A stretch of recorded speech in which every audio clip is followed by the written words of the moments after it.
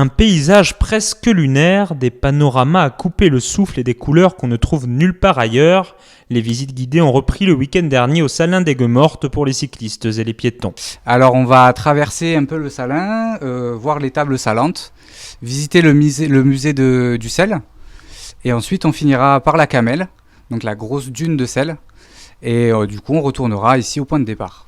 Ça reprend tout doucement, voilà. Pour l'instant nous c'est vrai qu'on ne fait pas encore carton plein parce que le petit train c'était vraiment l'attraction du site. Là on ne peut pas encore le mettre en route à cause des règles sanitaires, mais ça ne saurait tarder, donc on est confiant. Attendu d'ici une dizaine de jours, le retour du petit train, mode de transport choisi par les 2/3 des visiteurs du site, devrait considérablement booster l'activité des Salins.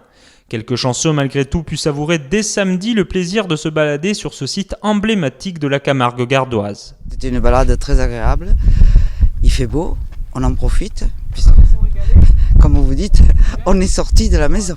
Non, nous sommes déjà allés à la mer, hier faire du voilier, on en profite au maximum avant de reprendre vraiment le boulot.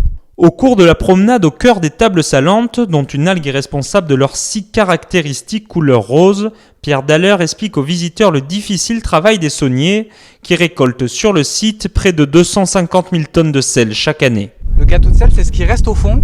Ça va entre 8 et 10 cm d'épaisseur. Et l'année dernière, on a fait un record, c'était 14 cm. C'est exclusivement à la main. Alors voilà, en général ça se fait de manière artisanale, donc ils marchent dedans, etc. C'est vraiment des agriculteurs de la mer. Hein. Les sauniers, c'est du gros boulot. Et en fait, leur but c'est de faire plus de sel que la nature donnerait. Ils essaient de faire plus de sel. Après une escale au musée du sel, c'est l'heure du clou de la visite et l'ascension de la célèbre Camelle, une dune de sel de 20 mètres de haut qui offre à ceux qui l'escaladent une récompense bien méritée, la vue panoramique sensationnelle sur les 8000 hectares du plus grand et plus vieux Salin de Méditerranée.